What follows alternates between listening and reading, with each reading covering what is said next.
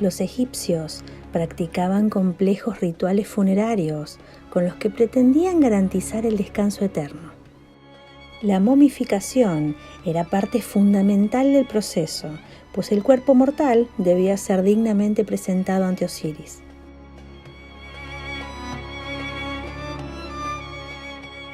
Estas tradiciones generaron fascinación entre los egiptólogos, quienes profanaron viejas tumbas para develar todos los secretos alrededor de estas creencias.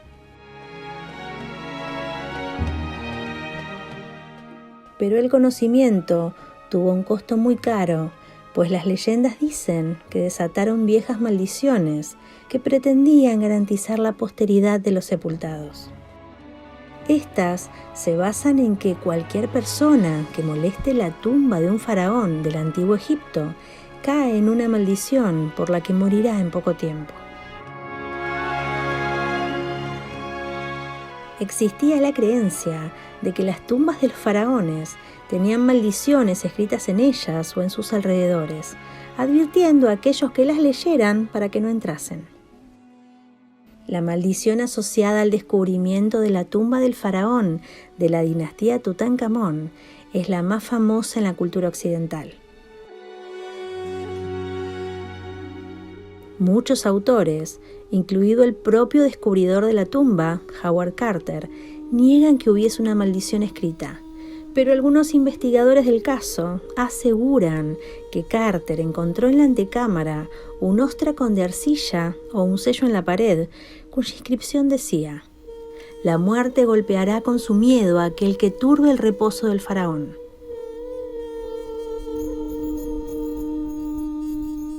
A principios del siglo XIX, la mayor parte de la historia del antiguo Egipto era desconocida para la mayoría de la población. Poco se sabía de aquella época y menos aún de la mayor parte de los faraones egipcios.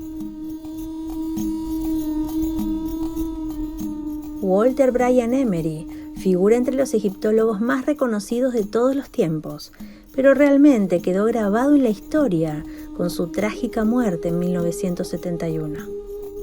Todo comenzó con el descubrimiento de una tumba oculta en Saqqara que contenía una pequeña estatua de Osiris, el dios de la muerte.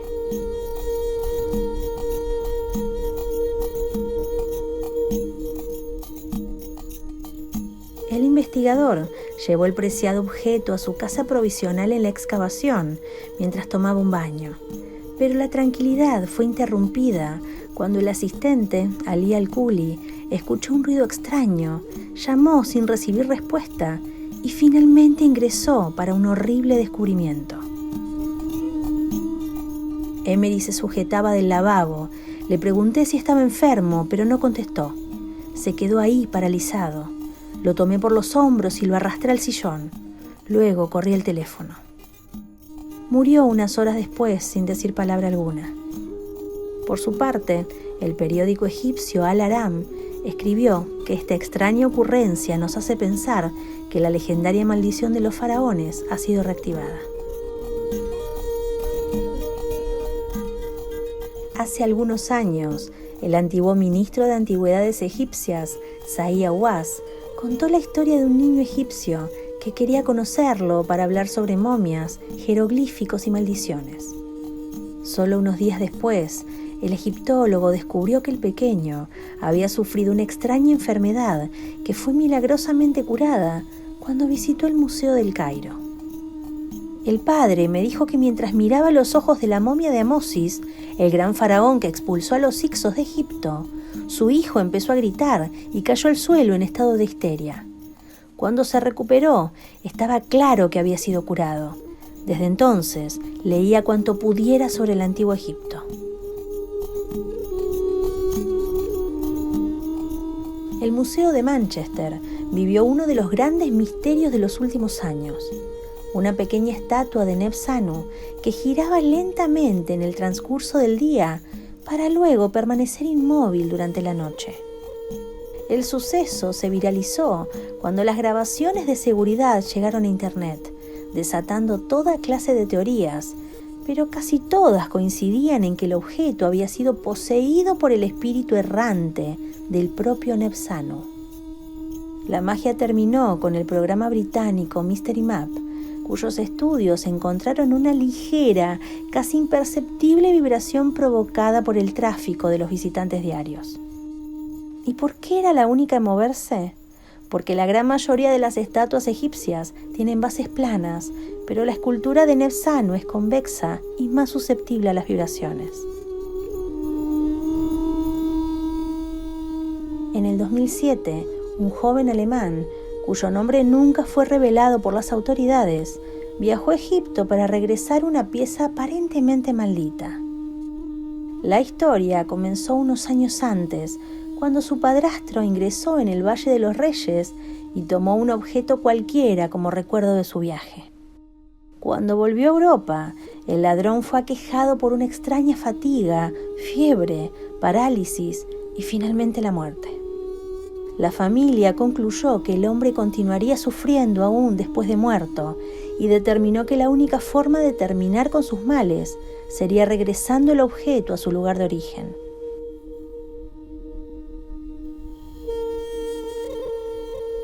Aunque se asocian las pirámides de Egipto con los enterramientos de los faraones, lo cierto es que solo se usaron en el antiguo Egipto entre los años 2650 y 1750 a.C., pero ya en el 1300 a.C. se prefería excavar grandes tumbas con varias salas en el interior de parajes escarpados. Estas salas se decoraban y llenaban de valiosos objetos, y en ellas se depositaba el cuerpo embalsamado de los faraones dentro de un sarcófago.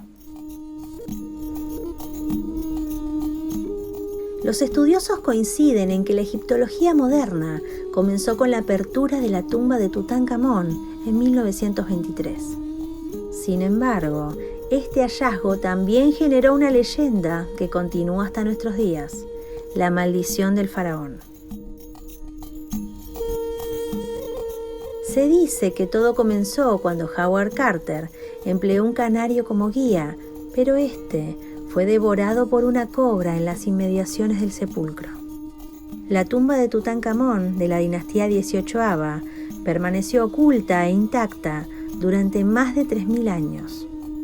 Existen evidencias de que fue saqueada y luego restaurada en los meses posteriores a su enterramiento, pero el cambio de dinastía y la tierra desplazada de los escombros de otras tumbas próximas provocó que un siglo después del enterramiento de Tutankamón, el emplazamiento de su tumba o incluso la misma existencia del faraón habían sido olvidados.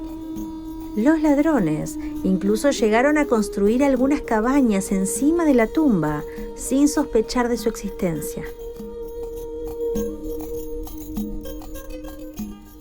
En la década de 1920, el egiptólogo Howard Carter descubrió la existencia de un faraón de la 18ª dinastía, hasta entonces desconocido, y convenció a Lord Carnarvon para que financiase la búsqueda de la tumba que se suponía intacta en el Valle de los Reyes.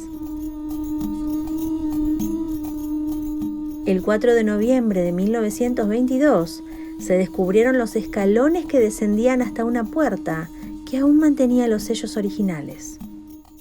El 26 de noviembre, en presencia de la familia de Lord Carnarvon, se hizo el famoso agujero en la parte superior de la puerta, por la que Carter introdujo una vela y vio, según sus palabras, cosas maravillosas. La tumba, luego catalogada como KB62, resultó ser la del faraón Tutankamón, y es la mejor conservada de todas las tumbas faraónicas encontradas hasta la fecha. Permaneció prácticamente intacta hasta nuestros días, hasta el punto que cuando Carter entró por primera vez en la tumba, pudo fotografiar unas flores secas de 2000 años atrás que se desintegraron enseguida. Después de catalogar todos los tesoros de las cámaras anteriores, Carter llegó a la cámara real, donde descansaba el sarcófago del faraón desde hacía 3000 años. Y entonces empezaron a morir personas que habían visitado la tumba, lo cual es conocido popularmente como la maldición del faraón. Hay que hacer la salvedad que Lord Carnarvon había sufrido un grave accidente de coche unos años antes, que le había afectado, entre otras cosas, los pulmones, y vivía en Egipto porque el clima más seco era mejor para su salud. En marzo de 1923, 4 meses después de abrir la tumba, Lord Carnarvon fue picado por un mosquito y poco después se cortó la picadura mientras se afeitaba, causándole una septicemia que se extendió por todo el cuerpo. Una neumonía atacó mortalmente a Lord Carnarvon, que murió la noche del 5 de abril. Hay que recordar que en aquel tiempo no existía la penicilina ni otros antibióticos y solo le aplicaron suero a un hombre que ya padecía problemas pulmonares. Se cuenta, y no hay confirmación ninguna de estos hechos, que a la misma hora de su muerte, la perra de Lord Carnarvon, Susie, aulló y cayó fulminada en Londres. También dijeron que cuando Lord Carnarvon murió, en el Cairo, hubo un gran apagón que dejó a oscuras la ciudad. Poco más necesitó la prensa inglesa para airear las leyendas de la maldición de los faraones. Incluso algunos afirmaron que en un muro de las antecámaras estaba escrito: «La muerte vendrá sobre alas ligeras al que estorbe la paz del faraón». Aunque en realidad esta frase nunca apareció en las detalladas notas de Carter y el muro fue derribado para entrar en la tumba. Hay que recordar que le costó 10 años vaciar la tumba por la gran meticulosidad que aplicaba en todo. Sir Arthur Conan Doyle se declaró creyente en la maldición. La escritora Marie Corelli, conocida por sus ideas místicas, afirmó tener un manuscrito árabe que hablaba de la maldición, del que no se tenía constancia entonces ni se tiene actualmente. Y el arqueólogo Arthur Weigall publicó oportunamente un libro sobre la maldición de los faraones. A la muerte de Lord Carnarvon siguieron varias más. Su hermano, Audrey Herbert, que estuvo presente en la apertura de la Cámara Real, murió inexplicablemente en cuanto volvió a Londres. Arthur Mace, el hombre que dio el último golpe al muro para entrar en la Cámara Real, murió en el Cairo poco después, sin ninguna explicación médica. Sir Douglas Reed, que radiografió la momia de Tutankamón, enfermó y volvió a Suiza, donde murió 2 meses después. La secretaria de Carter murió de un ataque al corazón y su padre se suicidó al enterarse de la noticia. Aunque este último lo incluyeron en la maldición, a pesar de no estar relacionado con la tumba ni haberla visitado. Un profesor canadiense que estudió la tumba de Carter murió de un ataque cerebral al volver a El Cairo. Al proceder a la autopsia de la momia, se encontró que justo donde el mosquito había picado al Lord Carnarvon, Tutankamón tenía una herida. Otra cuestión muy dudosa, ya que no hay referencias conocidas. Este hecho disparó aún más la imaginación de los periodistas, que incluso dieron por muertos a los participantes en la autopsia. En realidad, excepto el radiólogo, los demás miembros del equipo vivieron durante años sin problemas, incluido el médico principal. El mismo descubridor de la tumba, Howard Carter, murió por causas naturales muchos años después. A principios de la década del 30, los periódicos atribuían hasta 30 muertes a la maldición del faraón. Se llegó a decir que Carter había muerto, ya que encontraron una esquela de alguien con su nombre en un periódico, cosa que él mismo demostró no era cierta, pues seguía vivo. Aunque muchas de ellas eran exageraciones, la casualidad parecía insuficiente para explicar las demás. La falta de más escándalos y muertes extrañas disipó poco a poco el interés de los periodistas durante los siguientes 30 años.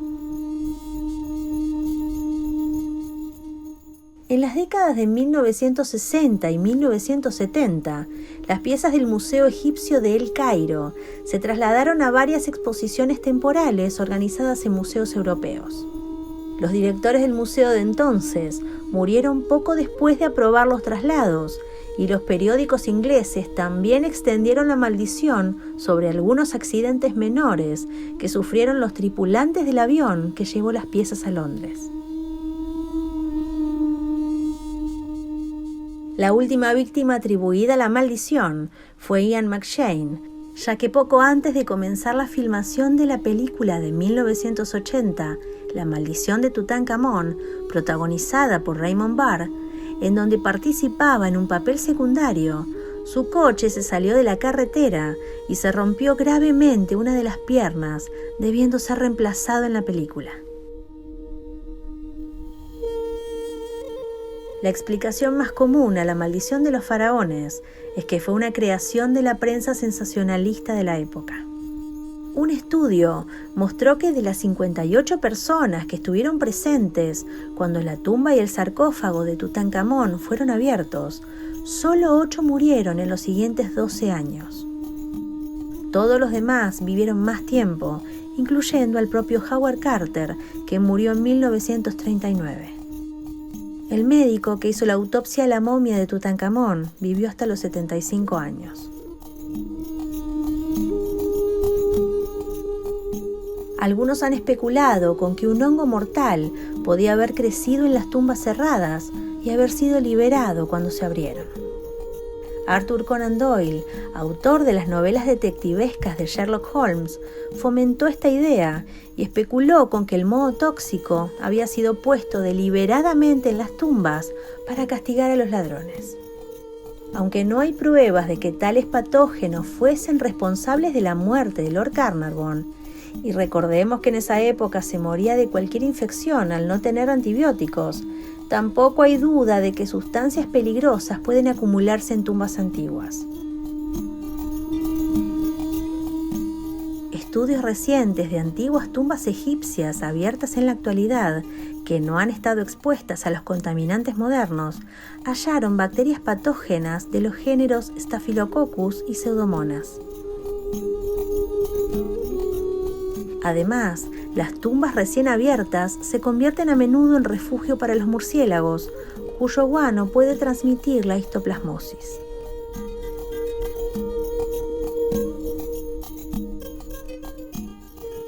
Sin embargo, a las concentraciones halladas típicamente, estos patógenos solo suelen ser peligrosos para personas con sistemas inmunológicos debilitados.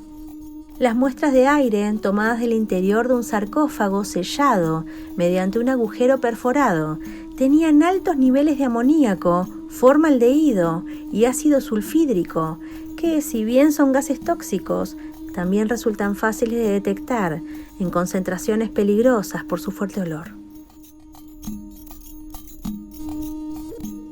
Howard Carter, el principal implicado, murió el 2 de marzo de 1939 a los 64 años de muerte natural, 17 años después. Su frase preferida cuando le hablaban de la maldición era: «Todo espíritu de comprensión inteligente se halla ausente de esas estúpidas ideas». Y añadía: «Los antiguos egipcios, en lugar de maldecir a quienes se ocupasen de ellos, pedían que se los bendijera y dirigieran al muerto deseos piadosos y benévolos.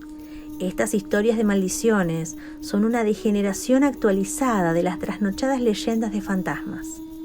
El investigador se dispone a su trabajo con todo respeto y con una seriedad profesional sagrada, pero libre de ese temor misterioso, tan grato al supersticioso espíritu de la multitud ansiosa de sensaciones».